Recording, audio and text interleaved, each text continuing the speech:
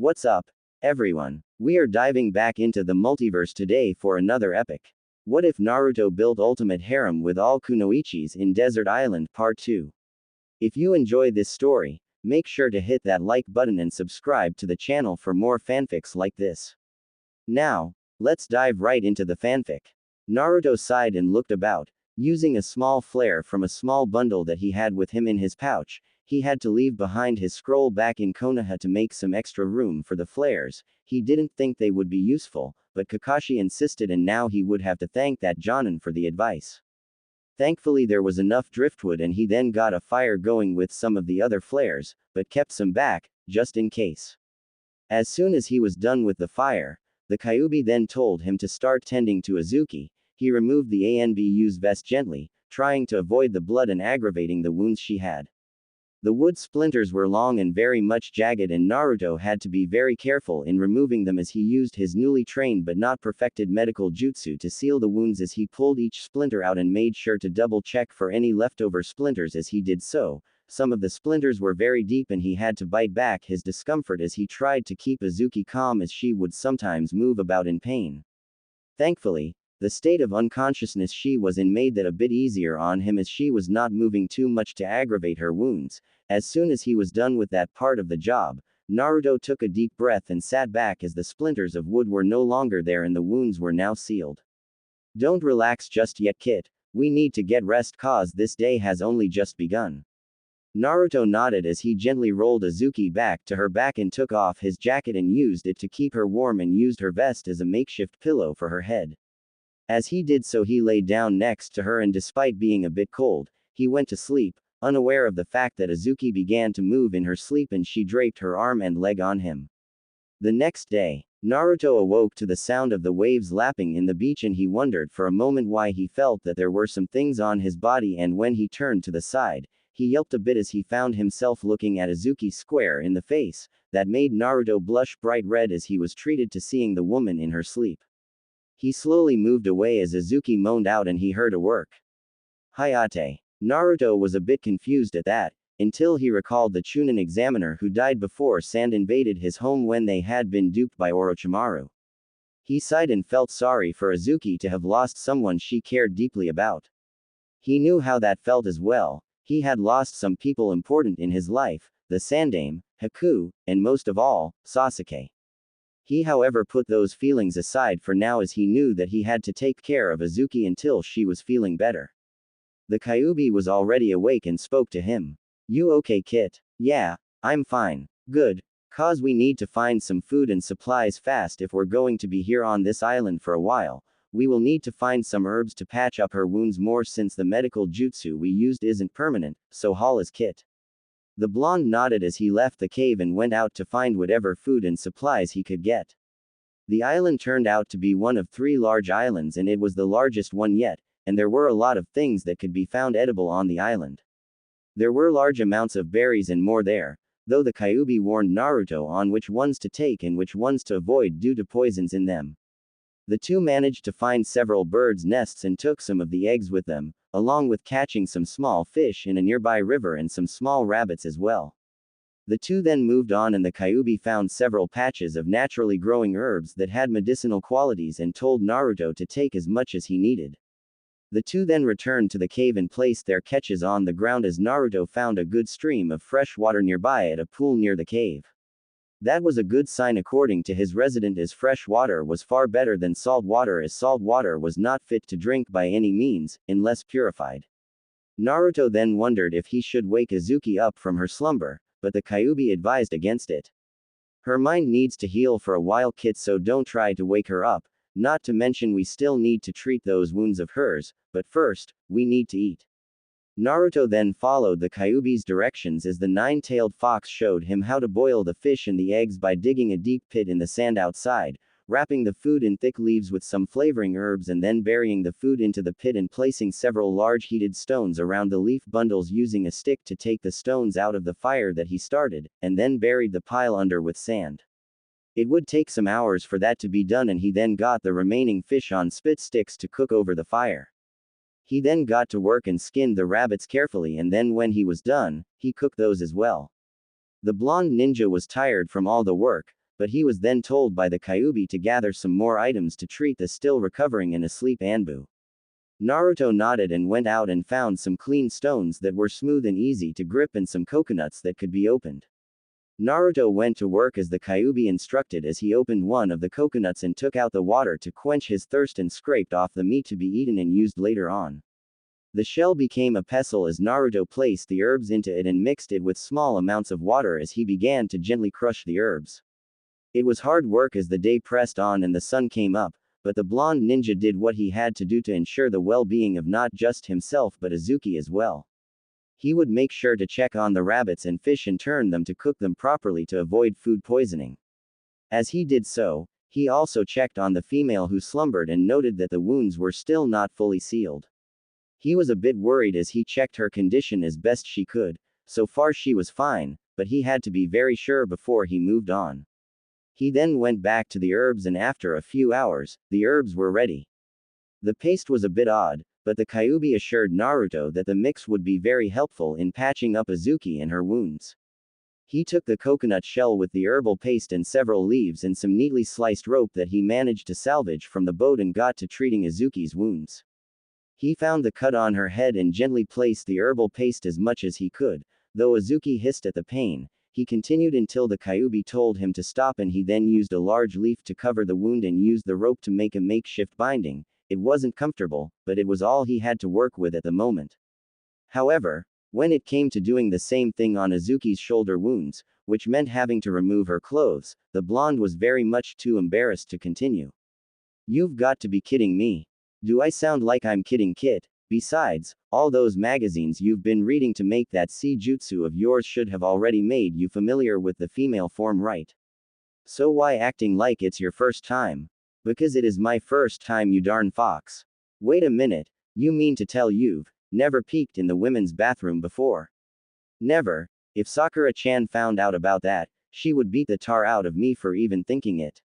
I don't even want to guess how Tsunade-san would react if she found out." "Ah, well then, think of this as your best chance to do just that without being interrupted by either of them. Besides, unless we get that herbal balm on those wounds of hers, she'll still be in danger, so swallow your embarrassment, kid, and get to it." Naruto sighed and went to work on removing the clothes Azuki had, and as much as he tried to resist the temptation, he couldn't help but admire Azuki's female form as he removed her upper clothes, and he had to admit that she certainly was attractive. Her face looked beautiful despite the rope that was there that held her head bandaged secure, and her purple-black hair was smooth and silky, not mention her full red lips and.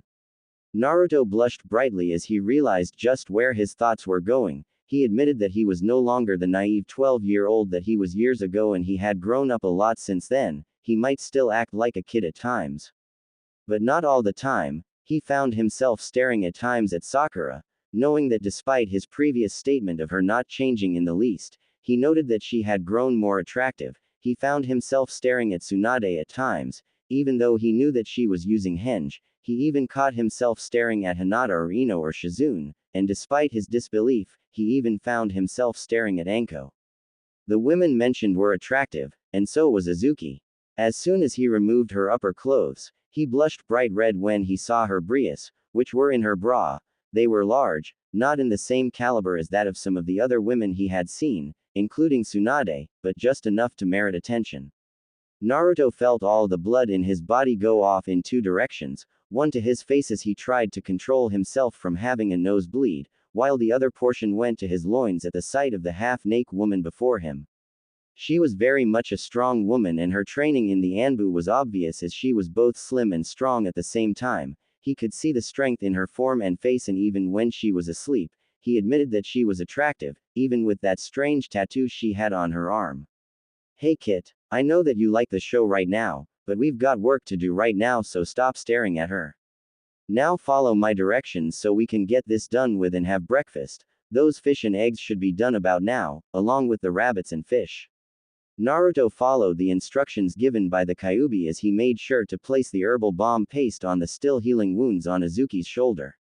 The woman was still out of it, but the Kyuubi assured him that she was recovering on a good enough pace on her own. All they had to do was make sure that her wounds would heal well.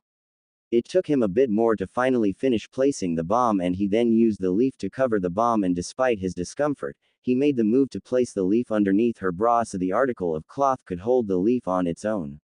Naruto then placed back on Azuki's clothes and then went to check on the food, and he was happy to note that the food was well cooked and ready for consumption. He took in his fill of the food and then decided to make some soup from the leftover meat and herbs in water. As soon as the soup was made and was good enough to eat, he was shown by the Kyuubi on how to make a spoon from a piece of wood with his kunai. Thankfully he still had his kunai and shuriken to help him out, along with the flares as well. Azuki took in the soup gently as she was helped up by Naruto, who was careful not to spill the soup, and the blonde was happy that she was at least eating something to help her keep her strength. As soon as she finished the soup and the meat and herbs, it was already midday, and the Kyuubi decided that it would be better that they explore the island to see what else they could find in order to ensure that until rescue was possible they would be in good hands. Naruto was tired and consumed the remaining food and berries, and as soon as he was ready, the Kyuubi began to lecture him about what they needed in order to survive in this place. The two worked on getting more wood, leaves, vines and whatnot to build a shelter and not rely too heavily on the cave, since the high tides could become a problem if the cave got flooded. The blonde ninja was sweating as he did the work and followed the creation of a crude, but dry and strong shelter as per instructions handed to him by his resident, though the Kyuubi at times wondered why Naruto acted this way at times, but decided not to be bothered by it as he directed his container on how to make the shelter waterproof and strong against the wind. Naruto looked at the shelter and admitted that while it certainly wasn't a house, it would certainly be a good place to stay in and was close to where the beach was. The Kyuubi nodded in approval, and they then went to work finding whatever they could to make things easier here on the island. As they explored the area, the two spotted the other island and noted what appeared to be a wreck of a ship in the area. The Kyuubi looked at the image carefully through the viewing portal he had in order to see what Naruto was seeing. "You see what I see, Kyuubi?" "Yeah, judging by the hull, I'd say that it's a merchant ship that run aground. We better go see if there's anything we can salvage from the ship. We're going to need supplies kit.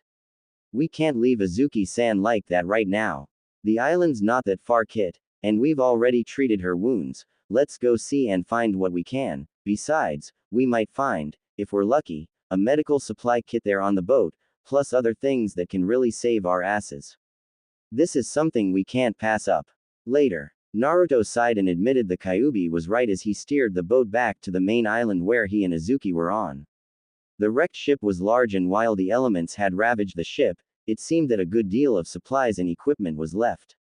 There were some extra clothes and cloths in containers that could be cleaned and used as bandages, wrappings, rope and more. There were also supplies such as oil for lamps and the lamps themselves, rope, metal support beams, matches, flares, utensils, containers for water, some cooking utensils, and whatnot. There was also a herbal medicine kit, all the things that could really count, along with several other good items, a ball of fishing line, a box of needles, some tools, and more, all the things needed to keep things going.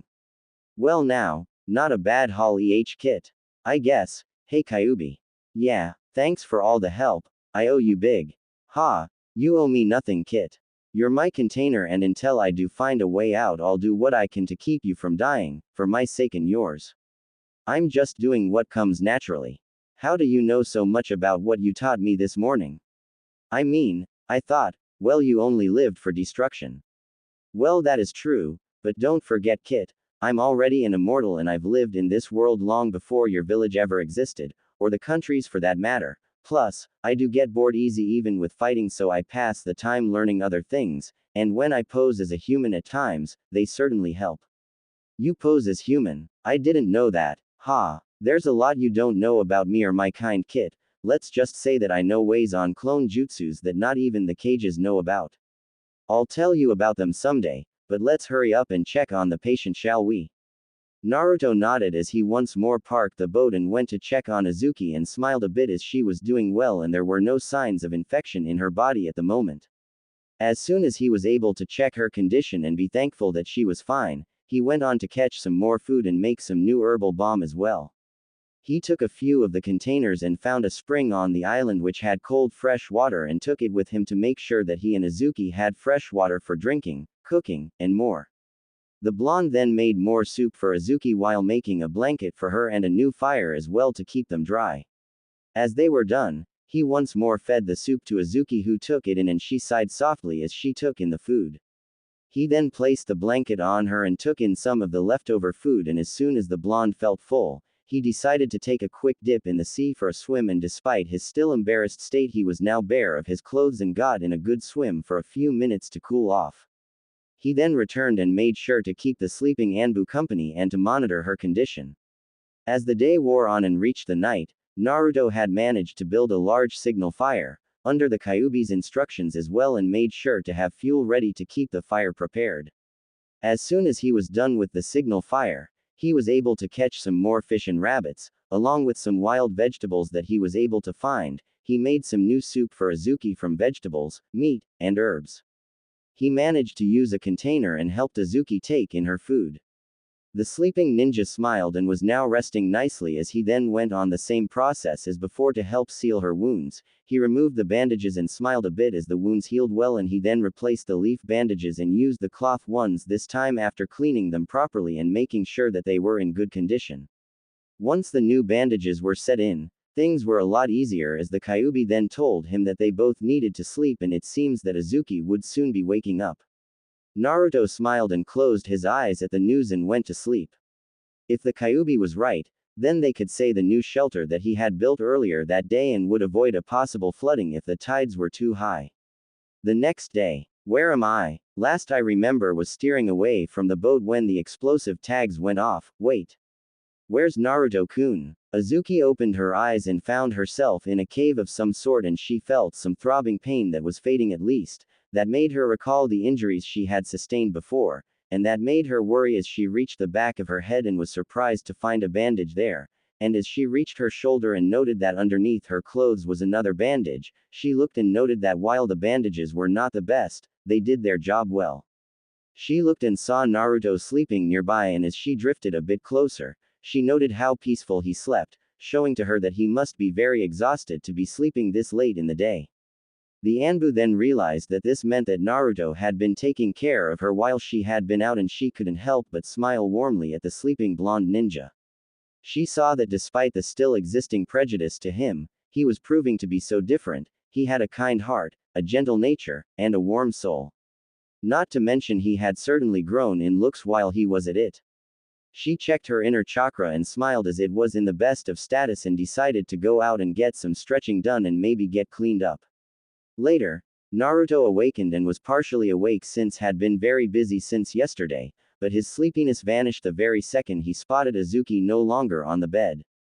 Panic filled him and wondered if something or someone had gotten to her while he had been sleeping. He quickly took out his kunai and looked about, panic increasing until he decided to get out of the cave and find the female Anbu just in case something had happened to her. He then decided to wake the Kyuubi up and get his help in finding the woman. Wake up, Kyuubi. Arg, knock it off. You better have a damn good reason for the shouting kit. I do. Azuki's gone. She's what? Gone. We've got to look for her now.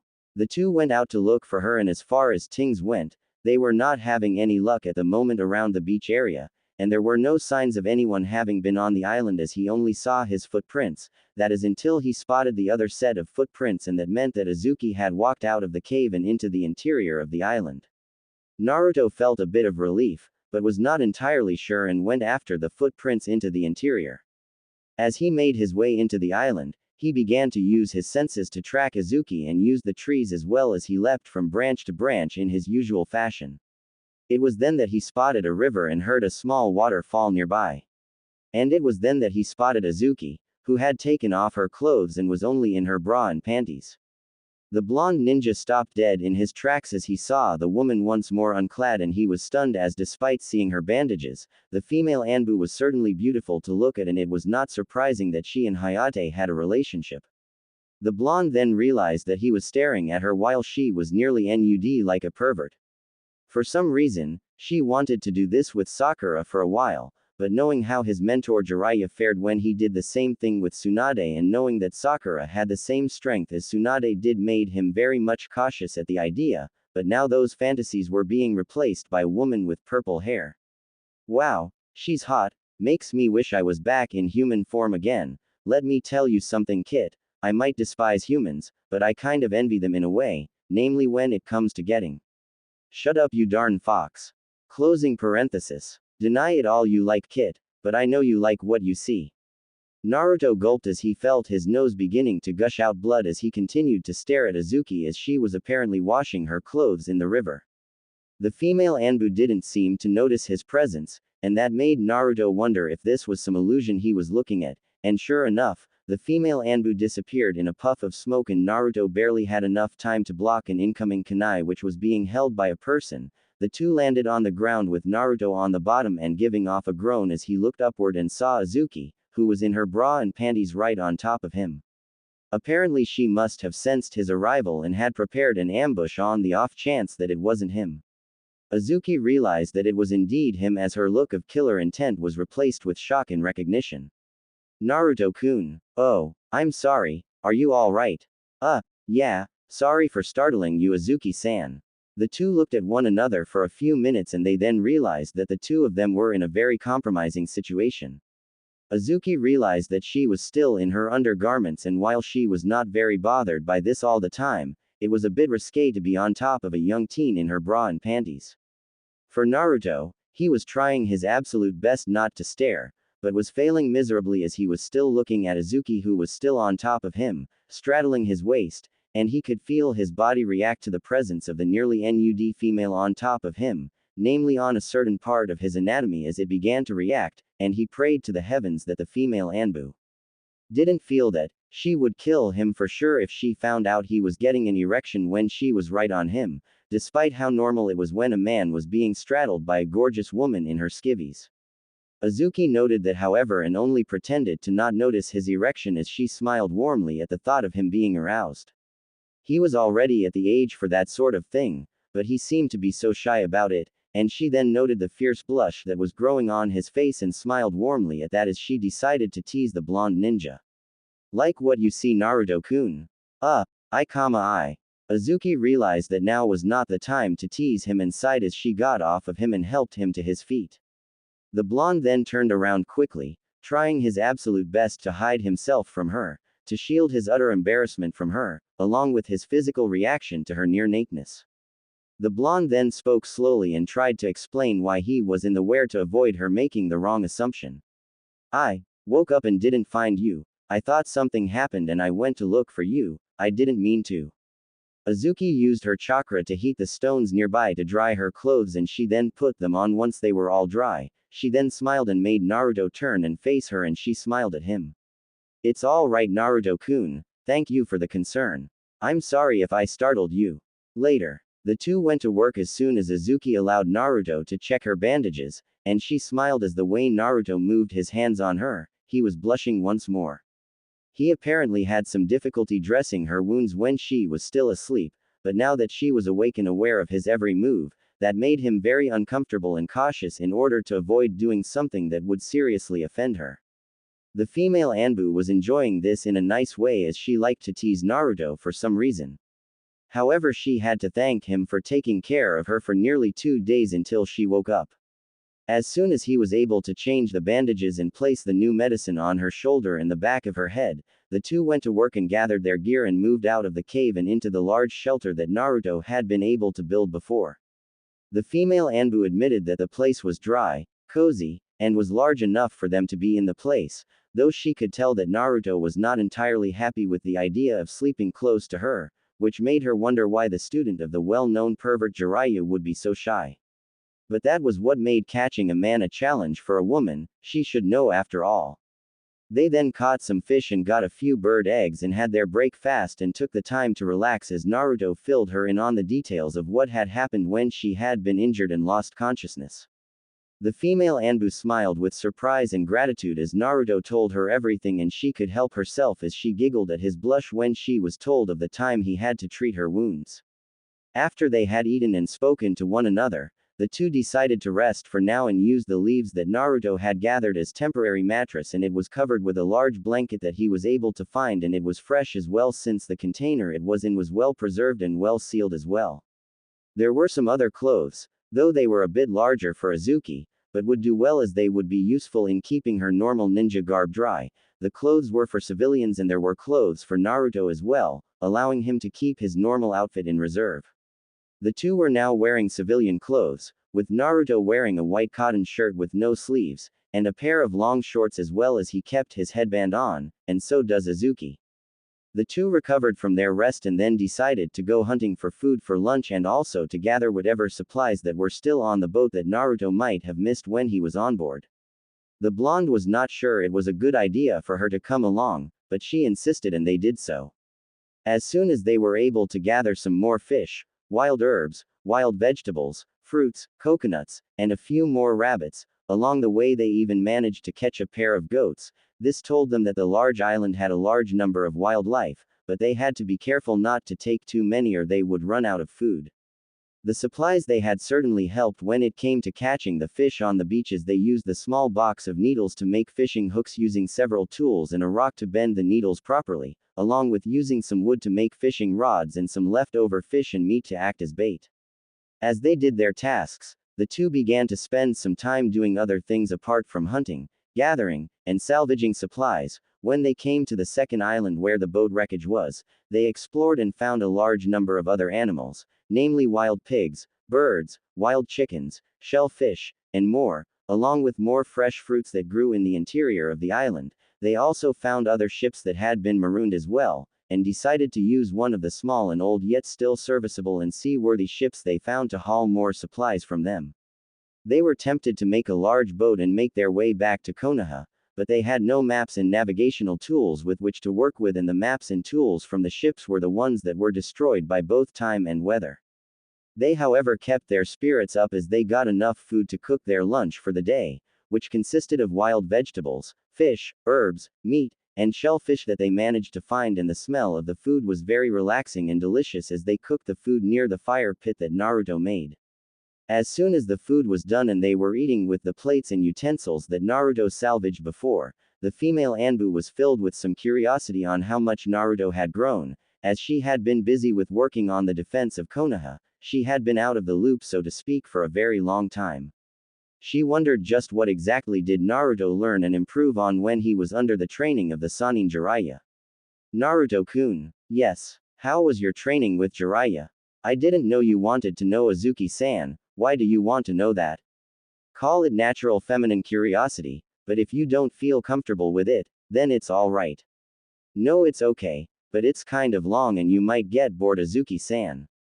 Don't worry, it helps pass the time and keeps us busy. And tell me everything about your mission to Sand and also your battles with Akatsuki if you want to. Naruto smiled a bit at the vested interest the purple-haired woman had on his life and decided to tell her his travels under the watchful eye of the pervert sage and his encounters with Akatsuki. And like he said, the stories were long, but Azuki didn't mind as she listened open-heartedly to the whole thing, and she had to admit that Naruto had indeed grown a great deal, and that was impressive in itself as he was certainly a bit different from the younger self that he was nearly 3 years ago when she had first seen him. As the day wore on, the two decided to finish what was left for dinner, and when the day turned to night, Naruto went to check on the signal fire and it was thankfully still dry and usable. As they turned in for the night on the large mattress that Naruto had made using large collections of leaves covered with another large bundle of cloth, the blonde ninja made sure to be on the other side from Azuki, not to offend her, but to keep him from doing something that he might regret. While Azuki smiled as she looked at how utterly nervous Naruto was while he was getting ready to sleep. However, before the two of them went to sleep, the blonde once more decided to check on Azuki's wounds, and the purple-haired Anbu smiled as she took off her upper clothes to help Naruto in his efforts. Once more the blonde ninja tried to keep his hormones from acting up as he saw Azuki's nearly naked upper form still covered at least by her bra. He managed to keep it together and removed the bandages from her shoulder and arm and looked at her injuries, to find them already healed and no longer open, and that gave him the chance to sigh in relief as she was fine now. When he told Azuki as she put back on her clothes, she smiled and realized that she could now take a full bath now, and she told Naruto about her plans for the day later. Naruto blushed at that and they both went to sleep. The next day, Naruto and Azuki woke up once more as the first slivers of early morning light came in on the beach, plus the sounds of waking animals told them that it was going to be a new morning on the island. Naruto woke up early so as to get ready for another run of looking for their next supplies of food, while Azuki woke up to go to the same river that she had been cleaning her clothes before and take a bath in order to freshen up as well. She had a feeling that since Naruto and her were the only people on the whole island, the blonde would be around soon enough. She put that out of her mind as she told Naruto her destination and left. There was no soap, but she didn't mind as long as she was able to get the dirt off of her body, and that was enough for her. As Naruto returned a few hours later with his catches, which included more bird eggs, berries, fish, shellfish, wild vegetables, and a small but strong wild boar that he managed to hunt down, he decided to place the food there for a bit in the camp and cook the fish, the boar on a spit. He then decided to go and get more fresh water. As he moved through the jungle, he heard splashing sounds of water and he realized that the sounds must be Azuki taking that bath she mentioned to him a while back when they woke up.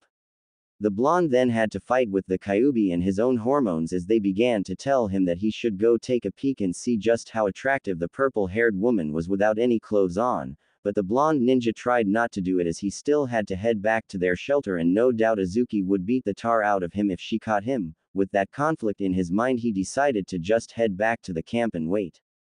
Damn it. Why do I think these things? Kid, it's normal for you to think those things, and trust me when I say that you are no different from any normal man with needs. You have no idea the kind of dreams I've seen you have, especially with that pink-haired teammate of yours. I think that old perverted sage is rubbing off on you apart from me. Hey, who told you that you could just go ahead and invade my personal dreams about Sakura-chan? I don't need to invade those dreams of yours, Kit. You radiate them out so much it's maddening, but now you seem to be looking at that Yugo woman with more intent than a starving man looking at an all-you-can-eat buffet, and to tell you the truth, I want you to do it. You're nuts, you nine-tailed fox. Besides that, she might not like it if she finds out about me peeking at her. Trust me, kid, when I say that you don't have to worry too much. Remember that time she straddled you in nothing but her bra and panties? That incident tells me that she doesn't mind you peeking at her when she's in the nude, and I'll admit, she's seriously hot. Naruto quickly blushed and his face was now bright red as he recalled that time when she was on top of him in her bra and panties. But he calmed down and spoke. Maybe that's true, but how would she react if about me being inside of you? I hate to bust your bubble, kid, but she's an Anbu, and no doubt was a young girl when I came to Konoha years ago, before and after I was sealed inside of you by the fourth Hokage. I've got no doubts in my mind that she knows about me being inside of you, but I have to admit, she seems to be more mellow about that fact, unlike some people I can name, since she's never tried to harm you at all, right? I guess you're right about that. Still. Look, Kit, I'm just giving suggestions. It's up to you if you're actually going through with it, though I hope you do. You have no idea how dull it is in here when you're not fighting. Naruto walked back and mumbled slightly about his hormones as he went to check on his food. Azuki smiled as she took her bath in the cool fresh water of the river and soaked her hair to get rid of the dirt there and clean her hair as well. She then thought about her time here, and she had to admit that it was nice to be here and not being bothered too much by her work, and she then thought about Naruto and why was it she was starting to like the blonde ninja. While she was by far his superior in terms of rank, she admitted that his level of training was far higher than hers now, and she had heard about how he had defeated one of the Akatsuki members along with several other ninja in the past, and she knew about his many successful missions as well with his old team. Plus she could tell through his chakra that he certainly was growing more adept at it as well. She had no doubt that he would one day be a worthy Hokage, but she knew it would not be easy, as there would still be those who would see him as the container of the Kyuubi or the Kyuubi itself, but unlike them she had observed him for a long time before and she could tell that he was too gentle and kind-hearted to be a demon, and she had to admit, she did find him kind of cute as he was growing up. However, her thoughts went back to the time that she had teased the blonde teen, and while she admitted that it was unfair of her to do that to someone younger than her by 8 years, she couldn't help herself as she smiled at how utterly attractive he was when he blushed, and despite how odd it was at first to think about it, she sighed and wondered what she should do about it and decided to see how far this would progress. She had already moved on with Hayate, though that was hard to do. However, she was a strong woman by heart and was not going to let herself be discouraged now. With that in mind, She finished her bath, and once she dried herself and put back on her clothes, she then made her way back to the camp, and there she smiled warmly at the blonde ninja who was still cooking the food, and she then helped him. The rest of the day was spent in many ways, with both of them taking dips in the ocean for some swimming and then traveling throughout the rest of the island as they explored the other areas they didn't have time to look for. They however made sure to keep track of one another to make sure not to get lost on the large island that they were on at the moment. Along with that, they each made sure to keep a lookout for any ships in the area so they could rush back and quickly light the signal fire in order to call for help from the crew and captain of the vessel. They made sure not to go too far though. They came back for lunch, and as they relaxed a bit to look at the sea and the sun, afterwards, they each took different sides of the beach and went swimming, as they each changed clothes, with Naruto wearing a new pair of shorts and Azuki using tightly tied clothes to cover her clothes in order not to use her normal undergarments and make them rot away by the salt water. They spent the whole afternoon swimming and headed back towards the beach for a light meal, and as the sun set, they once more tried to spot any boats, and after dinner and making the fire to keep warm, they both went to sleep.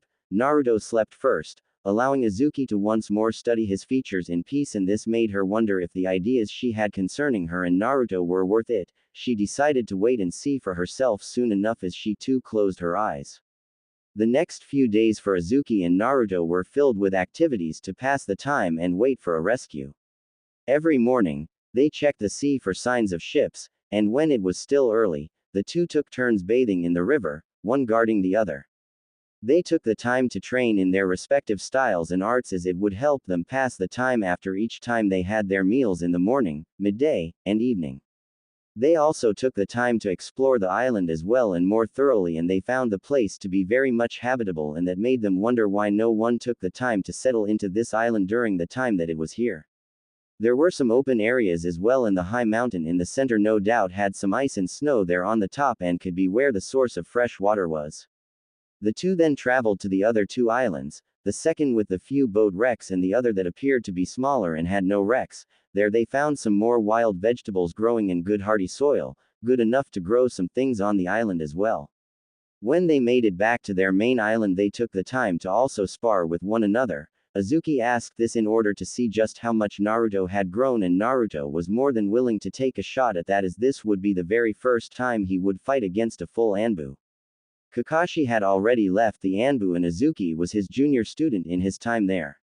Azuki admitted that Naruto would still need to improve a bit, but she was assured of his talents as they spared with one another, while Naruto had to admit that Azuki was tough and fearless as she pushed him and then some. He didn't use his more lethal techniques, use as his elemental Rasengan, but she gave him a workout as she sued her Anbu training very effectively to keep him on his toes. After they had undergone their sparring sessions, the two moved about the island and along the way, made several extra signal fires to make sure that they had all the bases covered and to make sure that if ever there came a ship nearby, then the extra signal fires would make it a lot easier for them to be spotted by the ships. The two then spent some time looking into the island, and they even took the time to climb the mountain on the island, and that allowed them to see the rest of the island and its sister islands as well. As they went back down to the lower plains, they walked in the fields and enjoyed the gentle breeze as it flowed into the area, along with the faint sounds of waves hitting the cliffs on the back of the island. As the two looked at the island while on the plains that also gave a good view over the trees, Naruto smiled and then lay down on the grass and smelled the fresh scents of the island plants and also the smell of the sea. The blonde ninja loved the peacefulness here, as this would at least be the chance to be away from Akatsuki for once, and he would at least be allowed to relax a bit without worrying about those guys going after them.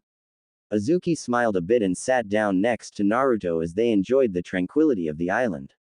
This was among the things they did on the days and they were enjoying it. However, there was tension between the two of them, not hostile tension, but something else, as for the past few days, Naruto's dreams of being intimate with Sakura were slowly being replaced, and instead of seeing the pink-haired kunoichi in his dreams, he found himself thinking of the purple-haired kunoichi he was stuck with on this island, and that made things uncomfortable at times when he went to sleep. It didn't make things easier when they kept themselves busy, and he would then steal discreet glances at her direction, making him very aware of her every movement. The same could be said for the purple-haired woman, as she began to feel an ache in her. It had been 3 years since her beloved Hayate's death, and while he was not gone for her mind completely and she wanted to keep his memory alive, she was still having these needs and desires for comfort, and those aches grew for a while, and the only man who was near was this teen beside her at night. She resisted those ideas, but they grew every time she saw him.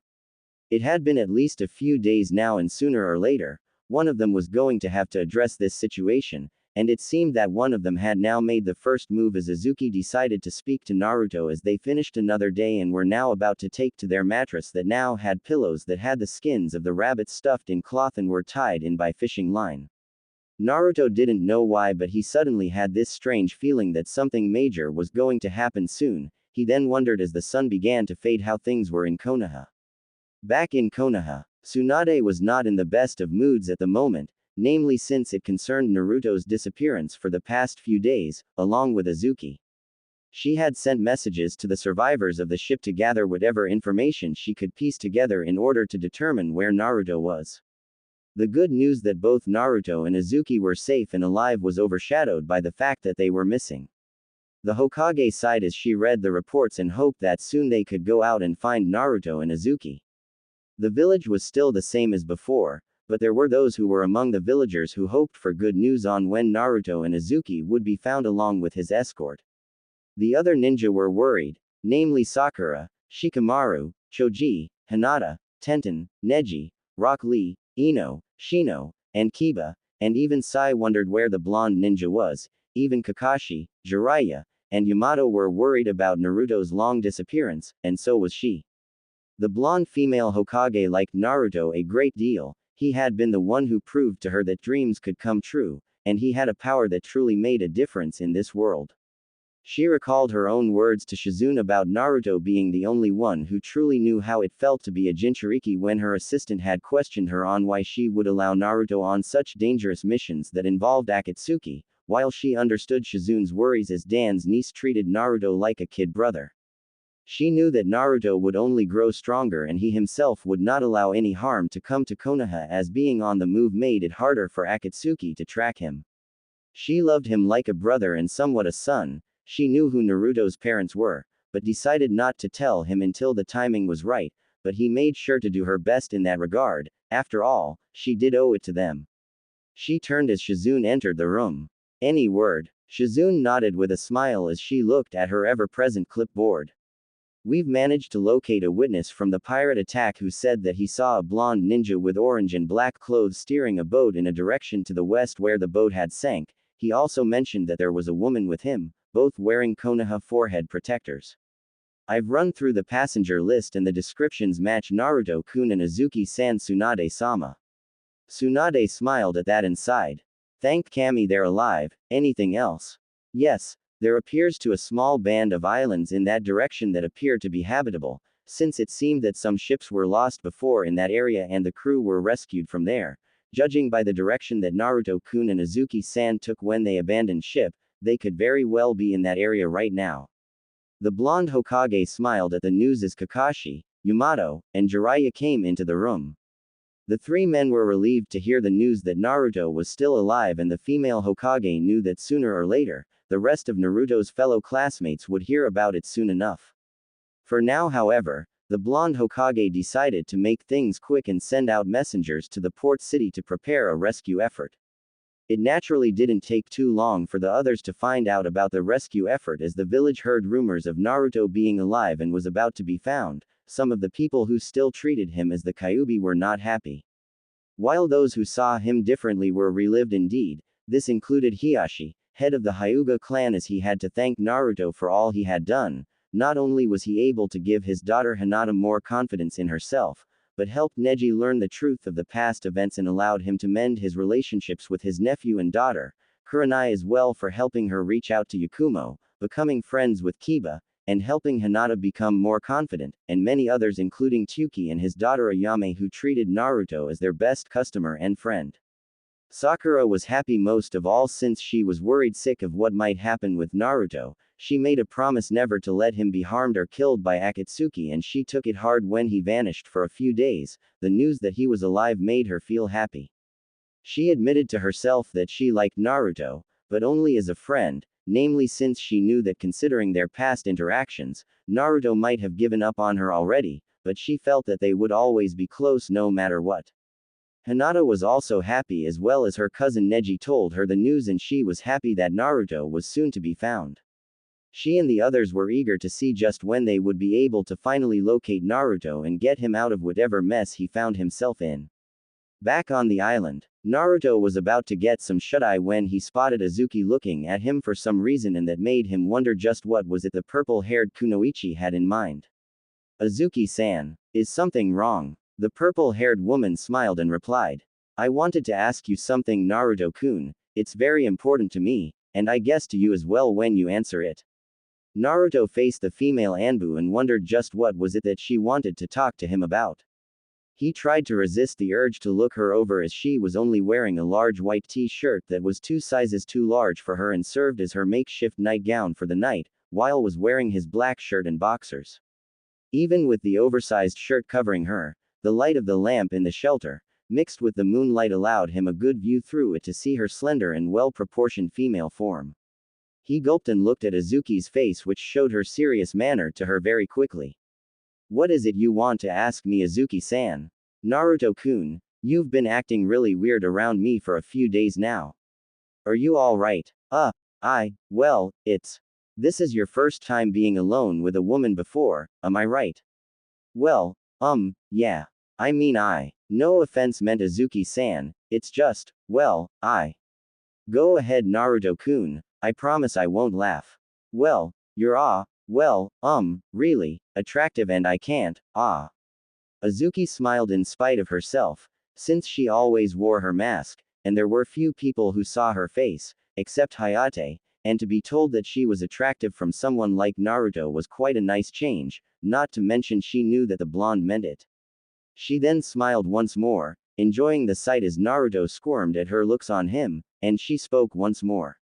Thank you Naruto-kun, it's nice to be told that. And I have a feeling that ever since you and I have been on this island, you want to do something with me. Naruto blushed bright red and wondered what he should say. He was not as dumb as most people in Konoha would think, but he knew her history and thought that what he felt was wrong considering that she still loved her deceased loved one. I feel, well, something for you, but I don't want to do it with you. Why do you say that? You don't like me enough Naruto-kun. No, I didn't mean that, it's just because, well, if I do that, then won't I make, well, him mad. You mean Hayate Naruto-kun? And Naruto's slight but serious nod, Azuki sighed, the teen was being goaded by his hormones to imagine things going on between him and her, but he was too kind-hearted to act on them, he was considerate of her feelings in her past and that was the sign of a good man, why people still call him a demon was beyond her at this point and time. He was such a kind-hearted soul and it made her smile a bit at how much he had changed since she had last seen him. She thought it over and spoke to him. I understand what you are saying Naruto-kun, I will always keep Hayate close to me for as long as I am alive. But I have moved on, no matter how hard it was for the past 3 years since he died. But I do feel lonely as well, and I know how it feels to be lonely and wishing you could have someone nearby to comfort you. You are here and I think that we both need to feel comforted, and loved, even for a while. Be you, but you might not know about it, but I have the. I know about your secret Naruto-kun, and I understand your fears. You know about the Kyuubi inside me. I am an Anbu so I do know about it, but I don't see you as the Kyuubi, you are who you are, Naruto Uzumaki, the most unpredictable ninja in Konoha, and also the one who dreams to be Hokage. Tsunade-sama thinks highly of you and knows that someday you will be Hokage. Yes she does. Yes. Please Naruto-kun, just for this night I want to be loved, and I promise to make it up to you someday. With that, Yugo kissed Naruto and did so gently so as to not frighten the young man and as a few moments passed, Naruto also kissed her back, despite the roaring blushes on both their faces as they did so, and as soon as they broke the kiss, they looked at one another and Naruto gulped as Yugo smiled warmly at him and reached out with remove his clothes. Lemon time gentlemen and ladies. Naruto had never thought that this was actually going to happen to him, he was being told by someone that she needed him, he had wanted to hear those words for a very long time ever since he was young, all he ever wanted was to be acknowledged and respected by others, and Azuki was not only doing both, but also said that she needed him, that was too much for him, who craved acknowledgement and recognition to refuse. With that, his resistance to her actions disappeared as he slowly helped her remove his clothes, but he was still blushing bright red as he had never done any of this before. Never mind the naughty fantasies he had before, this was no fantasy, but the real thing and it was happening right now in front of him. However, he was still very much a virgin and the idea of a woman as attractive as Azuki Yugo doing this to him would have qualified either as a dream come true or a sick joke, but it was neither. It didn't take long for her to finally strip Naruto down to his boxers, which had a tent on them as well, showing how utterly aroused he was. "My, you've really buffed up Naruto-kun," Azuki said with a smile of pleasure as she saw how well built Naruto was at the moment. It seemed that all the training had really given the blonde Kyuubi container a well-formed and trimmed body, and hard muscles as well. The female Anbu ran her hands on his arms, feeling the strength in her companion's arms and then his shoulders, all the way to his hardened chest, and she purred at the feel of his rough skin that covered his hard-muscled form well. The blonde moaned a bit as her hands made their way to his lower torso and he was enjoying the sensations as she continued to run her hands on his chest. As Azuki got to the seal, she traced around it carefully and shivered a bit at the thought of the Kyuubi, in all its power being held inside this boy's body. She put that aside as she then pushed him to the bed. As soon as that was done, she lay down and allowed Naruto to see her in her glory as she began to slowly disrobe before him. She was somewhat nervous as she had never done this before after Hayate died, and despite her being comfortable in being a woman, it was still nerve-wracking on her. However, she calmed herself and slowly disrobed in front of Naruto. Wow! Naruto could only gasp as he saw Azuki remove her clothes slowly and sensually as she could, and it made his body even hotter than before as he saw how utterly attractive she was as she was now in her bra and panties, and the pain in his crotch began to grow as his sei was pushing at his boxers and his pants. He then covered his nose as Azuki then removed her bra, showing her well-formed breasts in front of him for what was the second time in his life. He could only stare at the utter seeness of the purple-haired female Anbu was radiating at this very moment. With a warm smile, Azuki took his hands and placed them on her face, and Naruto began to slowly run his hands on her face and then to her neck, marveling at the smoothness of Azuki's skin. There were some traces of old wounds there, expected as she was an Anbu. Azuki moaned as Naruto moved his hands and then they were near her breasts. She opened her eyes and saw the utter shade of deep red on Naruto's face at the moment, and she smiled as she guided his hands and placed them on her breasts. "I'll show you how to do it, Naruto-kun." Oh, okay. Azuki began to move Naruto's hands gently, allowing him to feel her breasts and get the sensations right, and she was enjoying the feel of his palms on her breasts, and she proved that Ashes moaned out gently. The moment Naruto heard that, he felt even more aroused as he played with the creamy white orbs and the deep pink nipples that were on the tips of Azuki's breasts. He touched them and that made Azuki cry out in pleasure, and she allowed Naruto to caress and play with her breasts. Naruto couldn't help himself as he began to move his hands. This was his absolute first time in doing this with a woman, and he was thankful that he was not making an utter mess out of it. He was indeed the natural virgin and it was getting to be an experience. He then felt the urge and leaned forward and took Azuki's right braces and nipple into his mouth and slowly played with the nipple and braces, hoping that he was doing it right and still massaging her left braces. Naruto's ability to learn quickly things was evident as he then kissed Azuki, who smiled and moaned at his ability to understand how to kiss a woman, and she moaned at how quickly he could learn how to massage her breasts and nipples properly and use his tongue well. She laughs huskily and whispers in Naruto's ear, "You're a really quick learner, Naruto-kun." Azuki moaned as Naruto moved to her other braces and gave it the same treatment, and she was loving it. It was a bit shameful in a way for a 23-year-old woman like her to be aroused by Naruto, who was 8 years younger than her, but she didn't care as she ran her hands on his hair, his strong shoulders, and then to his muscled back as he continued to worship her breasts. She then slowly moved him away from her and kissed him deeply, making him moan as well as herself at the very intimate contact between each other, and as soon as she was done kissing the blonde ninja, she decided to relieve him of his pants. The whole time this was happening, the Kyuubi was in full attention as he was enjoying the whole sight before him. He was impressed that his container managed to finally bond with a woman like this female Anbu, who was no doubt one hell of a woman. "Hey, This is going to be one good show.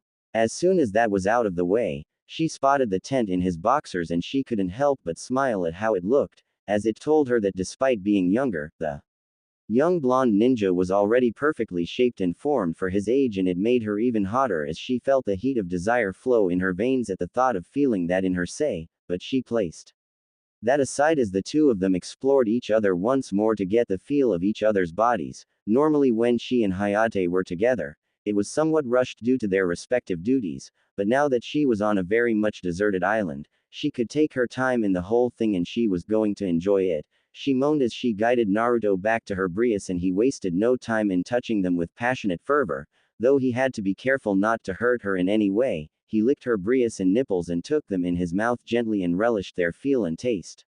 In her corner, the female Anbu then reached into Naruto's boxers and gasped a bit at the feel of the blonde ninja's say, as it was quite the feel and length. Naruto gasped a bit and moaned at the feel of the woman's fingers on his coc, something that told the female Anbu that she was the only woman who had touched him there, and that fact made her even more thrilled. My, he's nearly 8 or 9, I guess the Kyuubi has done a lot to him over the years. Azuki smiled lustfully at how Naruto's coc would feel in her say and decided that it would have to wait as she felt herself getting wet between her legs. She decided to halt Naruto's actions despite how delicious it was and pushed him back. Naruto wondered if he had done something to offend the woman, but she smiled seductively and reached towards his boxers and began to pull them down. He was stunned, and before he could even utter a word she did something that really got his attention. As she kissed the tip of his coc gently, making Naruto moan out loud at the feeling of the very intimate and hot kiss on his most private part of his body. Azuki smiled at that reaction, and she then began to place kisses on Naruto's coc, from the crown to the sides and then the shaft. She had done this before with Hayate, and her deceased boyfriend didn't mind in the least, and she decided to show that same skill she had to Naruto, to thank him for being so kind and considerate of her for the past few days here on the island. The blonde ninja was moaning out loud at the sensations as he felt like he was going to faint dead away, but he held on as he looked at Azuki, who did something that really got him going to the limit. She took in his coc into her mouth and moaned at the feel of it, and as soon as she took in as much as she could manage, she relaxed, her trained ninja abilities helping her control the normal gag reflex as she let Naruto get used to her actions, and boy was he getting used to it. Naruto never felt this before and swore that he was in heaven at this very moment, and then Azuki began to move her head up and down, and the feel of it on his coc was utterly enjoyable as he tried to figure out how this could feel so good. Azuki-san. The female Anbu liked this as well, and she could sense that Naruto was in a pleasurable state of mind through her actions, and she recalled how she would do this to Hayate when he was alive, and when they had their time together when not at work or duty. However, she was here and now. She continued with her motions and listened as Naruto made his pleasure evident with every moan and groan he released as she continued with her actions. Azuki-chan. The female Anbu heard that little endearment and it made her heart beat a bit faster as she continued her actions on her lover's coc and then decided to stop. As much fun as she had doing this, she decided to allow Naruto the chance to do this too, to her, to be fair. Besides, it had been a while for her as well. She moved back and kissed the tip of Naruto's say as Naruto groaned in disappointment, but she smiled and kissed him and then spoke. Do the same to me, Naruto-kun. Naruto blushed bright red as Azuki leaned back and sat down on the bed and allowed Naruto to see her say, and Naruto's eyes nearly budged to the size of saucers as he saw Azuki's wet say, with the well-trimmed patch of violet hair there as well. The sight of the beautiful female Anbu all naked and in such a suggestive position was enough to ignite Naruto as he leaned forward and began to kiss the woman yet again. Azuki relished that as she and Naruto kissed once more, and then the blonde moved downward and he was now looking at Azuki's say. He was awed by it. Despite seeing a good number of soft-core skin mags in his younger days, Naruto admitted right there and then that nothing beat the real thing as he looked at her red-pink slit and the lips there. It was amazing to see. Wow. Like what you see, Naruto-kun? Naruto looked at Azuki and nodded, and that made her smile as she spoke once more. Then go ahead. Naruto was not that sure but decided to kiss the lips first, and when he did, Azuki gave a slight moan and caressed his head, telling him that he was doing all right. He went on and then licked her say, and that made Azuki moan louder, and she prodded him on, and Naruto continued to kiss and lick her say, making the female Anbu moan and prod him on with her hands. She was enjoying this very much as it had been 3 years since she had been with a man, and now the feelings were coming back and she enjoyed them well. Naruto continued with his actions, but he didn't know what else he could do and therefore he stopped, making Azuki a bit surprised and frustrated, but Naruto had good reason for this after all. Azuki-san, what do I do now? Azuki's frown disappeared and was replaced with a sly grin. She reminded herself that this was Naruto's first time and he had never done this before. She reached down and with her hands parted her puss's outer lips and revealed her wet inner lips, making Naruto nearly suffer yet another nosebleed. Azuki smiled at that and instructed him carefully on what he should do at the moment. Do what you did before, but be gentler, and do you see that small blub there? Why yeah, be very careful when you touch that, it's really sensitive, touch it right and it will be wonderful for me. Naruto got the idea as he recalled some of the things Jiraiya would spout out about pleasuring a woman and gently went back to what he had done before and slowly licked and kissed Azuki's sei, making the purple-haired beauty hiss in pleasure and she prodded him on as he tasted her sei and her honey. Naruto liked it a lot and wanted more so he gently took in as much as he could and the feel of Azuki's wet sei on his tongue was very exciting to him at the moment. He reached the bulb in question and recalling that it was sensitive he began to gently lick it and run his tongue on it. Ah, yes, like that Naruto-kun, Naruto guessed that he was doing it right as there was no sound of pain from the female Anbu, only pleasure at the very moment and it made him feel very manly and strong to be able to do this with a woman and give her pleasure that mirrored his own at the moment she had done this to his own sei. He kept it up and gently played with Azuki's sei and was enjoying it as much as she did and it was heavenly at the moment for him and her. Azuki smiled mentally as she moaned out her pleasure as she looked at Naruto and couldn't help but enjoy her pleasure even more as Naruto quickly got the hang on how to pleasure her the way she wanted. He learns fast, he's a real kind man and very good. But now is the right time. Naruto-kun, stop for a moment. Naruto obeyed and Azuki smiled as she moved him forward with some coaxing from her hands and she moaned as his still hard pace touched her stomach and Naruto blushed bright red even more the contact of his sei on her very much naked body. The female Anbu then whispered in her lover's ear in a very sultry and seductive tone. Are you ready for the final act? Naruto nodded and Azuki, keeping in mind that this was his first time and he would not have a full idea of what to do at the moment guided him to her wet sei and with some gentle prodding, she was able to get him into position to her puss and that was when Naruto got the idea as his COC was there now and he gulped a bit and then moved his hips forward and he slowly pushed his way into Azuki's wet sei and the two lovers tensed up.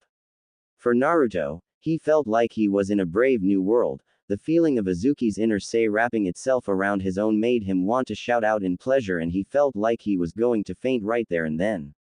The feel of such soft and wet tightness all around his COC made him even more aware and his passion began to burn so hotly that he was amazed he wasn't cooking himself to death in the pleasure of it all. Azuki hissed a bit as she felt Naruto's COC enter her wet sei and there was some discomfort at first for the female Anbu. After all, it had been 3 years since she had done this with a man in her life. It took some time for her to get used to the feeling, and Naruto being rather well endowed for his age made it a bit harder as she felt her inner sheath get used to the feeling again. Azuki-san, are you alright? I'll stop if you want. The female Anbu looked and saw the concern and worry in the blonde teen before her and she couldn't help but smile at that. It was nice to see that his kind-hearted nature was there still despite the passion and lust she saw there. It was endearing to know that he was concerned for her well-being. It made her feel happy to know that, and it made Naruto even more an attractive young man in her eyes. I'm alright Naruto-kun, it's just been a while since I felt that, I'll be fine. Are you sure? Oh yes, give me a moment or two. Naruto did just that and waited for Azuki and she kissed him as she got used to feeling this intimate connection once again in her body. The pain and discomfort faded and soon enough she was filled with the feeling of fullness and a pleasure that she had missed for 3 years. It was addictive to say the least and she was reveling in it and then she felt the desire and hunger, a hunger she knew only a man could sat. She gave Naruto a nod and the blonde ninja took that as his cue and then he began to slowly move out of Azuki's wet sei. Oh Kami. Naruto never felt anything like this before. It was similar to what Azuki had done before to him on his COC with her mouth and tongue, but it was different at this very moment and it was sending shockwaves of pleasure and heat into his body and brain. He felt like he was in heaven and he didn't want to leave. As soon as he was nearly out of Azuki's wetsei, he pushed back in and the feelings were exciting to say the least. Azuki moaned her desire and pleasure and reached up to caress Naruto's face and they shared another hot kiss of pleasure as Naruto slowly began to speed up with his actions and his thrusts into her wet vagina. The two lovers continued with their actions and the pleasure mounted between the two as Azuki moaned out her pleasure and Naruto shouted out his own pleasure as well. The two kept at it for quite a while as Naruto began to pick up speed and power, making Azuki even more aroused as she held him fiercely and the two kissed each other deeply as well. The purple-haired female Anbu relished the feel of it all and she looked at Naruto as he did his best to make it to the point of no return and she decided that she would have to change position. With a little movement and some position changing, it was now Azuki who was on top of Naruto and while the blonde ninja was somewhat surprised by the action, he didn't stop it at all as he looked at how utterly Azuki looked at the moment, covered in her sweat, her breathing a bit labored, her eyes burning with desire and her body in front of him at this very moment. The purple-haired Anbu smiled as she continued to move her body up and down her lover's COC and she was enjoying it utterly as her cries of pleasure indicated. Oh yes. Ah. The two continued with their actions as Naruto touched Azuki's large breast and played within the nipples, much to her delight in his own desire and the blonde was reaching his limit and so was Azuki, having not done this in 3 years. They continued their actions as Naruto picked up the pace and thrust even faster and deeper into Azuki's wetsei and the purple-haired woman moved her body with each of Naruto's thrusts upwards, further adding their respective pleasure. Oh yes. More. Ah. However they were already reaching the point of no return as their pleasure reached their ultimate level. Thus they both reached their respective climaxes and the results were very much explosive. Naruto. Azuki-chan. The blonde felt his release floor him like he had been both punched in the gut and hit in the head, but there was no pain at all, it was like he was releasing all of his chakra.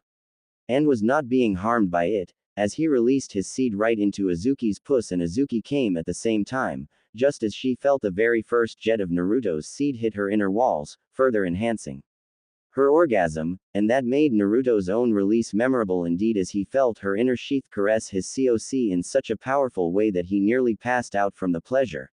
Azuki moaned as she felt Naruto's release of more of his seed and moaned at the feel of it, thankful that she was not fertile at the moment because it would certainly make things real hard for her to explain to the head of the Anbu if she somehow got pregnant and how hard it would be for both her and Naruto to raise a child at the moment. As soon as Naruto released his last burst of his seed into Azuki's wetsei, he fell back on the ground utterly exhausted and he felt like he was both tired and refreshed at the very same time. The pleasure that hit him was something he was not going to forget as long as he was still able to take in air and be alive. Azuki moaned as she leaned forward on top of Naruto and sighed as she felt his seed in her womb. She was thankful that she was not fertile at the moment as having a child as an Anbu was not a rather healthy idea at the moment for her or Naruto being a genin, but she could imagine what it would be like to be a mother someday. She looked at Naruto who was still awake somewhat and looking at her with awe and affection. Am I too heavy Naruto-kun? No, you're fine Azuki-chan. Azuki smiled as she kissed Naruto and held him closer to her as Naruto responded as well by holding her close. The two fell asleep at the moment and in the very same position. Azuki smiled to herself as she slept. This was the first time she felt content to sleep and this time she was in someone's arms. The next day, Azuki woke up and smiled a bit as memories of what she and Naruto had done and she turned to see that Naruto had done out and she wondered just where had Naruto gone. She put on her bra and panties and then her clothes as she walked out and then spotted Naruto fishing for their morning food. She smiled as she saw that he was bare of his clothes except his boxers and she saw him in the buff once more, making her recall the events of last night once again. She watched as Naruto came back with some more fish and she greeted him with a smile as he walked up to her. Before he could respond or say anything else, she kissed him on the lips and despite being surprised, the blonde responded with equal fervor, making her smile brightly. As she parted after a minute worth of intense lip lock, she noted that Naruto had brought her a few of the island flowers, some violet flowers, and she smiled as Naruto placed the food down and gave her one of the flowers in question. She smiled and held it as she spoke. My, you're a romantic one Naruto-kun, thank you. You're welcome Azuki-chan. The female Anub kissed Naruto as she decided to go and take a bath before having break fast, and as she headed off towards the sea, Naruto looked at her as she moved on, whistling slightly to himself as he gazed at her as she sashayed in the way only a woman of confidence would. Hey, you really outdid yourself, lover boy. Who knew a guy like you had that much guts to bed a lady like that? You were watching the whole time. Oh yes, to tell you the truth, Kit, there's not much to do apart from watching records of your dreams when you're not fighting, and this one, I am definitely going to have fun with this memory all night long. This will really tide me over until the next battle. You pervert. Takes one to know one, Kit. I guess those times you did read the old man's novels finally helped you out, huh? I guess you're right at that. Hey, enjoy, Kid, and don't worry, I know how hard it's going to be if you manage to get her pregnant, which was why I took the liberty of using some of my chakra to prevent any pregnancies. I don't think you're ready to have children anyway. I guess. Naruto coughed and went back to work as soon as he was dressed in his normal clothes and decided to take care of gathering some firewood in order to start a fire to cook their break fast, along with the fuel as well. But as he was doing those things at the moment, Azuki suddenly ran up to him and she was speaking eagerly. There's a ship, Naruto-kun. I saw the sails while I was looking for some shellfish. Naruto was smiling and the two rushed to where they kept the signal fire, and with a quick use of the flints they found, they were able to finally get a fire going with a lot of smoke. The two watched eagerly as they looked at the boat that Azuki had spotted earlier, and to their joy, the boat moved ever closer to their direction, and the two held each other's hands as they felt that they were now about to be rescued after many days on the island. But in the back of their minds, neither of them were going to forget what had transpired between them on this island, and as they were greeted by the sight of the crew of the ship, they knew that things between them were going to be rather different from now on. Epilogue. Naruto was currently heading back to his apartment. He was tired but not giving up as he planned to continue his training under Kakashi and Yamato on figuring out how to find Sasuke and Orochimaru, as they had yet to be detected, though he couldn't use the Rasengan that he was now able to combine with his element of wind. So far he had been able to train with not just his team and also with the others, with Hinata, who was still very much close to him as a friend. Of course he didn't tell the others that he was now dating an Anbu. Gods only knew what could happen at that stage. The only ones who knew about that were Kakashi, Jiraiya, and Tsunade so far. As soon as he opened the door to his apartment, he found himself suddenly aware that he was not alone in his home and quickly took out a kunai and moved into his home. Much to his surprise, he found a large takeout box from the Ichiraku ramen shop, and on the table were several large bowls of steaming ramen, all of which were his favorite flavor. He wondered what was going on as he walked closer and saw a note. Dear Naruto-kun, I hope you enjoy the meals I bought for you, but if you're not in the mood for ramen tonight, then that's okay. I have something that's just as good, or better, waiting for you in your bedroom. The Kyuubi container wondered just what was going on around here and decided to put the ramen aside for the moment and find out just who was in his home. He knew that what he was doing was not exactly in his normal range of actions, but he needed to know just who was in his home. As he made his way to his room, he found his room clean and well ordered, and there was indeed someone in his room. It was a person with a cloak and wearing a mask that he quickly recognized to be the type worn by Anbu, and he was getting even more confused, but he kept the kunai in his hand even though he was not very sure yet about his ability to fight a full-time Anbu, as he knew that despite not being in the field most of the time, Anbu were not to be taken lightly under any case. There's no need for that, Naruto-kun. Naruto looked surprised as he heard none other than Azuki Yugo's voce. And sure enough, the Anbu removed her mask, and sure enough, it was indeed Azuki Yugo who smiled warmly at her lover. This made Naruto smile back and place away his kunai as he spoke to Azuki. Azuki-chan, what are you doing here? Azuki smiled impishly, as much as she wanted to keep her relationship with Naruto Uzumaki a secret from everyone in Konoha as she was an Anbu. She was not going to make the mistake of letting time that she and him could use together slip past her, and since there was no need for her to be on patrol, she felt it was time she paid her lover a visit. I wanted to see you, Naruto-kun. Did I catch you at a bad time? Not really. I'm just a little tired from all the training, that's all.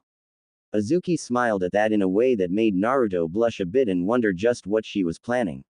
And sure enough, she was planning something as she walked over to him and spoke. That's all right. You might not have wanted to eat the ramen, but I can always put them away and heat them up later for you to eat. And as for you, being tired is not a good thing, and that is a problem. I can fix that for you, Naruto-kun. Azuki removed her robe and Naruto's eyes bugged out as he saw her, without a stitch of clothing on. The look Naruto gave the female Anbu was priceless as she kissed him right on the lips. And as soon as his surprise passed on, Naruto was more than ready to jump in as he kissed Azuki back as they ran their hands on each other as Azuki helped Naruto remove his clothes. The Kyuubi whistled in its cage as it observed the whole thing and made preparations to make sure to record the whole thing. He was going to enjoy this day very much, and at least his container finally gets to enjoy life and the simple pleasures of being with a woman. It was an even better bonus that his container gets to be with an experienced woman. Good luck, Kit, you'll need it. Naruto looked over the horizon and wondered just how things were back in Konoha at the moment. The blonde ninja was currently walking on a beach and trying to think about how things were back home. At the moment, the blonde was trying to figure out how in the heck did this all happen. It had been at least a day after the ship that he had been riding on had been somehow blown off course and hit by a massive hail of winds and rain. The blonde ninja had just left Fire Country to go to a city located near the sea at the outer region of Spring Country due to some important trade agreements with Konoha that had to be dealt with days before. The ship had managed to make it halfway when the storm hit and the ship that he was on was suddenly being moved around and bashed by the winds and rain. Many of the crew had either abandoned ship or had been lost at sea. He was not alone, however, as Yuhi Kurenai was with him. The Jonin and him had been paired on this simple mission for the day as the others had been rather busy as of late, and Kurenai's team were all recuperating from a previously hard mission before, leaving the Jonin without a team for the moment. Sakura was also working on a number of badly injured patients, Sai was also among the injured, and both Kakashi and Yamato were on special assignment, and the same could be said for Asuma and his team as they were on a tracking mission to locate an informant who had information on the latest movements of Akatsuki at the moment. Guy and his team were also on their own duties in the field, thus he and Kurenai were the only ones Tsunade had on hand for this simple trade agreement mission. It had caught him off guard that he was going on alone on such a mission, and he argued with Tsunade, but one glare from the Hokage and a show of a fist was enough to remind the young genin what awaited him if he refused. Besides, Jiraiya was yet on another mission of his own, and that was to keep watch over Orochimaru and Sasuke for the time being. Naruto turned as Kurenai made her way towards him. When the storm hit, the massive winds and waves that it had managed to disable the ship's engines by flooding it with water and debris and forced off most of the crew, and they were about to leave themselves, but the power of the storm had been enough to make several of the moorings that held the last remaining lifeboats loosen and that made their own escape harder to accomplish. The two had been stopped from escaping when they had to help several of the injured crew off the boat. Thankfully, the boat had not sunk but had moved along like a cork in the sea, and when the storm had abated hours later, the two found themselves alone on the boat. Thankfully, they had come near some islands in the area. The boat they were on landed in a sandbar which was a fair distance from the island. They knew that they had no other choice but to leave, and with some effort, the two had managed to make a raft from the still serviceable wood and rope on the boat. They took what they could carry and left the boat and used some large wooden oars to make it to this island. The blonde walked over and spoke to Kurenai. "Are you all right, Kurenai-sensei?" "Hi. I did some looking around the beach and found no sign of any habitation. What about you, Naruto?" "Nothing, I'm afraid. Looks like no one's ever been on this island before apart from us." The Jonin and the Genin decided to make another run of the island to see what they could find at the moment, and an hour or two later, they decided to grab some shade near some palm trees, and Naruto managed to use his kunai to cut down a coconut, and with some effort, the Genin had been able to open it and get to the water and gave it to Kurenai. The Jonin smiled at that and took in the water from the coconut, and the two decided to find anything that they could use on the island, and they had a small campsite made first and promised to meet each other there when the time came to come back. As Naruto made his way into the island, he wondered what was he going to do while he was here. He certainly had no training for this sort of thing at the moment, yet another reason why he began to dislike the time he had wasted back in his academy days. It was then that the Kyuubi decided to speak to his jailer. "So kid, what mess is this now? I don't smell any foes for you and me to fight. It's a long story, and I thought you were always awake or something. You haven't been on an exciting mission for the past few days, so what did you expect me to do? I got bored and went to sleep, so tell me, what exactly did I miss? The blonde ninja told the Kyuubi just what it had managed to sleep past, and the Kyuubi had to admit that it was surprised that it had slept through all that. Sure, there was no battles where he might have to pitch in to keep itself from dying due to the kid's stubborn nature, but being in a situation where anything could kill you in a flash was cause for concern. So we're stuck on an island Just great. And who's with us? Hinata-san sensei. Kurenai sensei. Kurenai? Who the heck is that? Hold on. Oh, you mean that hot raven-haired woman with the red eyes? Well, at least you're in good company. What's that supposed to mean? Hey, that's something you'll need to find out on your own. Speaking of which, you have a clue on where we can find food? We got some supplies off the ship. I don't know about food though. I guess that means we go hunting then. Come on, Kit, time to use the old senses. The Kyuubi used its chakra to help enhance Naruto's other senses in order to hunt the food that they might need in order to survive. Along the way, the genin looked and found the island that he and Kurenai were on to be rather large and certainly something of worthy note. There were large numbers of trees and plants everywhere, and there were large amounts of animal tracks in the area as well. This meant that the island was certainly inhabited by wildlife, and Naruto got an encounter with one as he landed and was forced to move and get ready a kunai as he found himself suddenly attacked by what appeared to be a wild boar. The boar managed to catch Naruto off guard, but he quickly moved away and fired his kunai. The blow was dead on, but apparently the boar had a thicker head than most would have thought. Naruto quickly used his kage bushin and fired another set of kunai, and the boar fell down dead, and Naruto decided that he might as well take the corpse for food. He knew that anything that could ensure survival would be worth the effort, no matter how distasteful that might be. With that in mind, he and his kage bushin took the boar with them, and as soon as they arrived in the meeting place, the kage bushin were dispersed and Kurenai arrived, and the two decided to get some rest and get something to eat for the time being. Naruto managed to get a fire going with some salvaged matches and some dry driftwood and dry grass that they were able to find, and soon enough, there was the smell of cooking meat as the two ate the boar that Naruto killed. Throughout the whole thing, the two began to plan out how they were going to survive on the island, and the Kyuubi apparently had plenty of ideas as it spoke to its container. You'll need to conserve whatever supplies you managed to salvage from that ship, Kit. How do you figure that we need to conserve what we have? Look, Kit, in a situation like this, you need to be careful with what you have and make do with what you can find. Believe me when I say that making your supplies last is important as hell. Naruto thought about that and had to agree with the Kyuubi, and as soon as the meal was over, the two decided to continue scouting the island, and the blonde ninja decided to cut down travel time and use what his sensei Kakashi had taught him with the use of kage bushin, and spoke to Kurenai about that. Kurenai sensei, I'll do the scouting of the island for us so we all can rest. How do you plan to do that, Naruto-kun?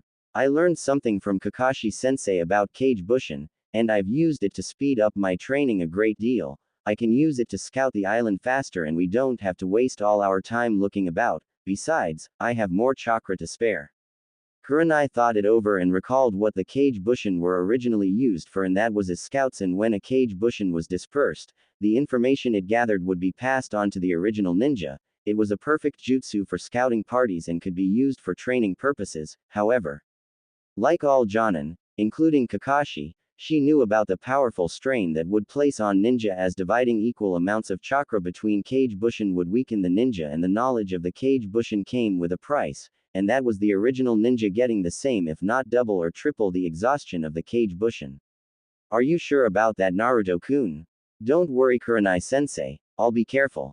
With that, Naruto unleashed a horde of kage bushin and sent them out to scout the island, and the kage bushin were moving about, and the kage bushin did cover more ground on the island much faster than the two ninja did, and Naruto grinned as his kage bushin reached different parts of the island, and when they were done with their search, they were dispersed and the information came back to him, and he smiled at the information being relayed to him by the now dispersed kage bushin was pretty good to say the least. The island was rather large.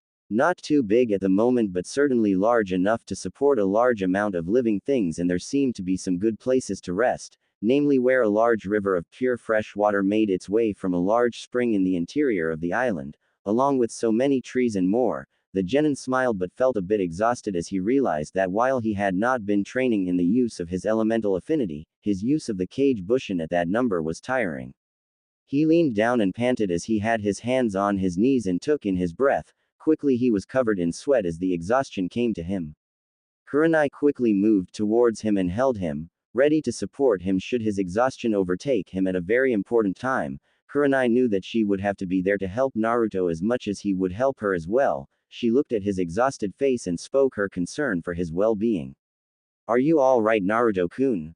Naruto took in a few gulps of air and smiled at Kurenai and replied. I'm fine, Kurenai-sensei, just need a little rest.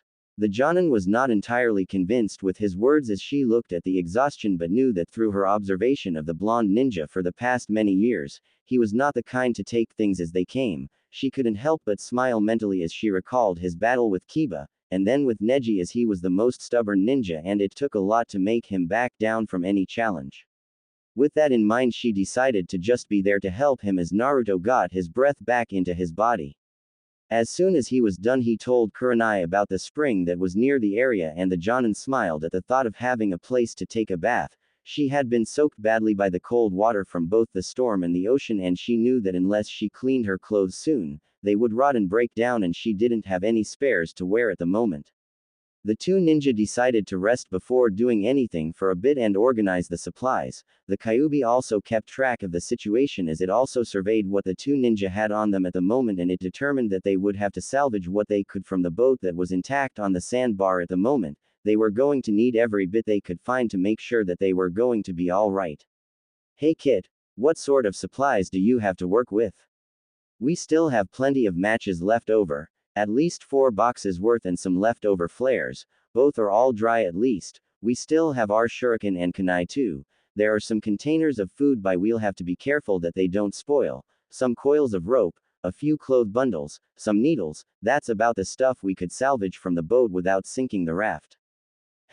We'll have to make a supply run for the time being, kid. See what else we can salvage from the wreck of that boat you were on. In the meantime, I suggest you and the lady find some decent shade. The heat is going to be really intense and I doubt you two had any sunscreen on you. The two headed out and managed to take some shade as the hot sun beat down on the beach, and the two ninja wondered what was going to happen at the moment. They were already full and the food in their 5 stomachs gave them the energy to do whatever they needed to do while they were on the island at the moment. We'll need to pitch camp near the spring and the river. You two are going to need fresh water for just about everything here at the moment, so trust me that we need to get moving when the day gets cooler. Why? Naruto heard the Kyuubi give a growl of irritation and the Kyuubi made a sarcastic reply. Simple, kid. You need water. As far as I know, humans like yourself can live for days without food, to a point at least, but you need water more than anything. You don't drink enough water, you dehydrate and you get all sorts of sicknesses, the last one being the most damaging and permanent. What? Death, obviously. Now wait until the day cools down a bit and get moving to that spring when you get the chance. The less energy you waste, the better you last in a place like this one. As soon as the heat became bearable, Kurenai followed Naruto as they made their way to the spring in question, and when they arrived the spring was rather nice. There was a small hill there with stones nearby and trees about. Mostly tropical trees at that, and there was a rather large lake of the spring water there with some boulders present as well. If the situation had been reversed, then Naruto would have thought that this was hot spring resort. The genin couldn't help but feel the need for a drink, and Kurenai could see that. She helped Naruto sit down as he was still a bit exhausted, and the blonde ninja took a drink and found the water to be cool and fresh, no salt, and he sighed. Man, I needed that. Kurenai smirked at the look on Naruto's face as he seemed more relaxed. The day wore on and Naruto knew that they had to find some shelter for the time being. The two decided to head back to the boat and see what they could salvage. The Kyuubi directed Naruto to search in the lower areas of the boat, namely the cargo space, and there they found some leftover tools and some repair supplies such as nails, metal wire, waterproof duct tape and waterproof glue as well, no doubt used by sailors to keep the boat in good condition.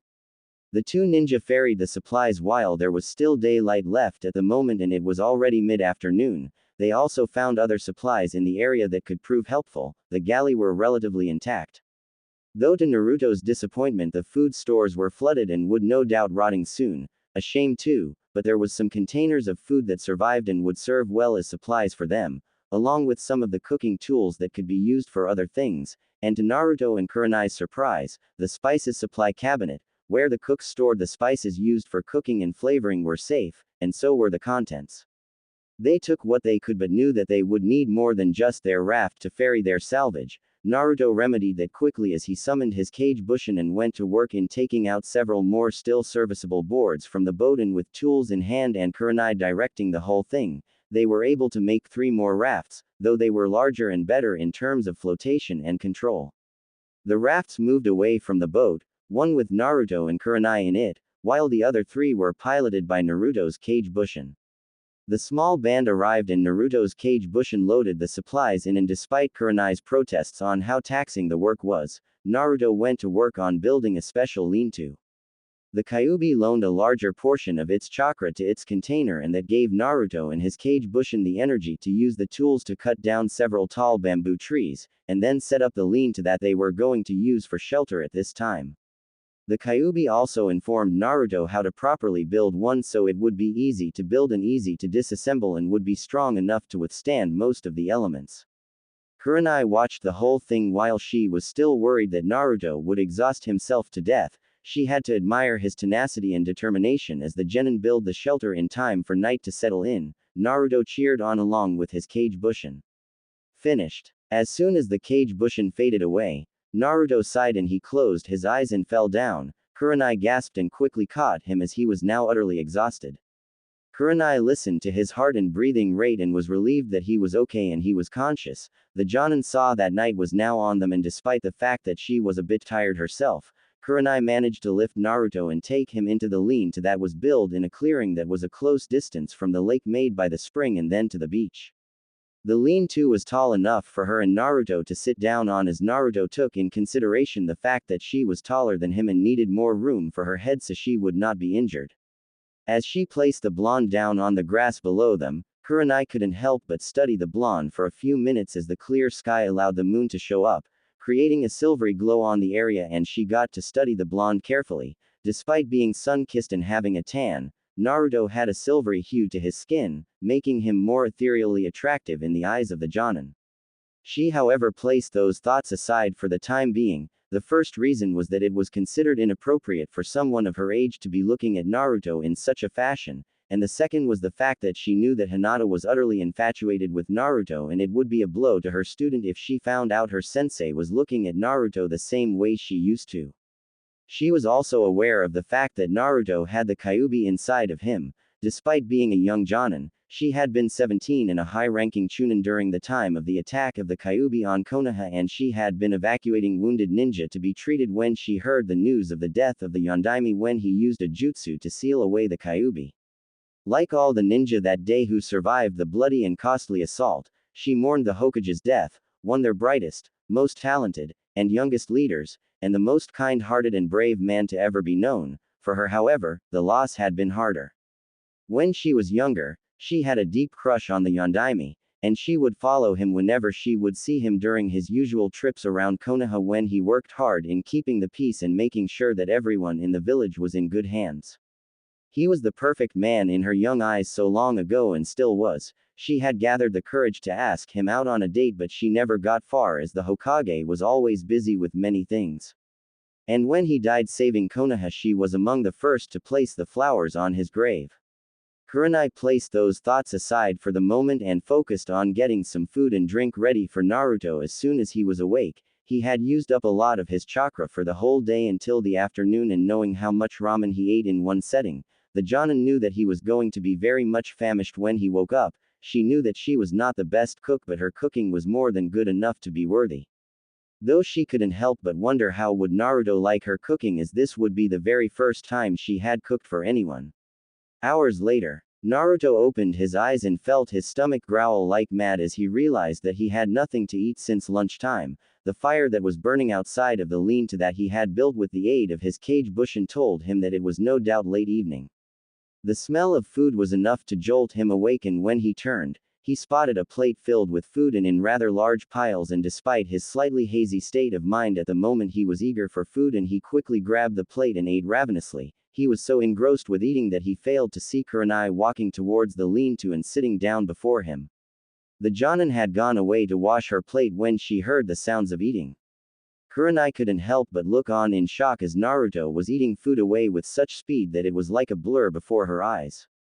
Wow, he eats fast, no wonder he can finish so many bowls of ramen in one setting. I guess that's why I usually see Iruka pray when he and Naruto-kun go out together back in the academy. Naruto-kun's appetite must be murder on his wallet. Kurenai smiled a bit at that as she recalled seeing Iruka usually praying to the kami and holding his wallet that held his salary as a Chunin instructor in the academy. She had to give Iruka credit for being like a father to Naruto.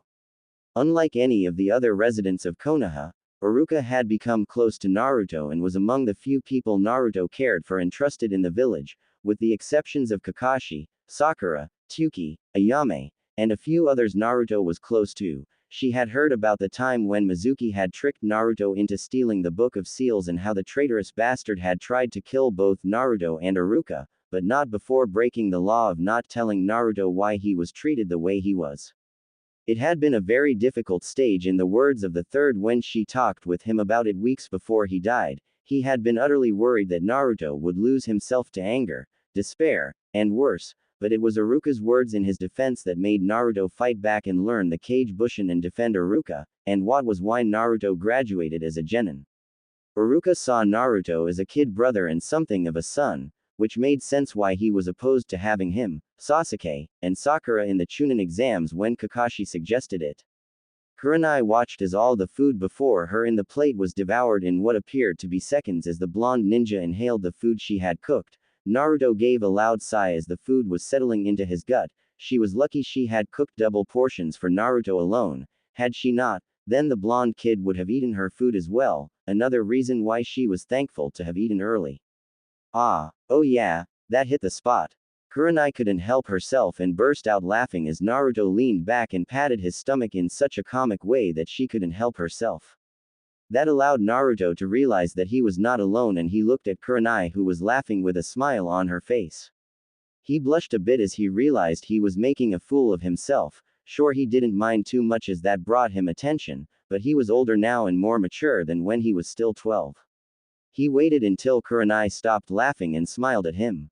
I'm sorry for laughing Naruto-kun, but you were so funny I couldn't help myself. Ah, it's okay Kurenai-sensei, but the food was nice. You made them. The Jonin nodded and Naruto smiled as he felt the food peacefully settle into his stomach and he thanked the Jonin.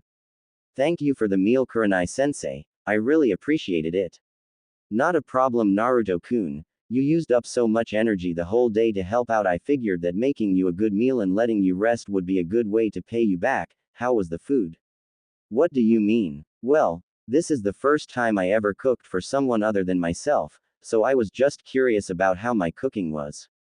It was great Kurenai-sensei. I had no idea you were a great cook. Kurenai smiled at that, thinking about the hard effort she learned on how to cook.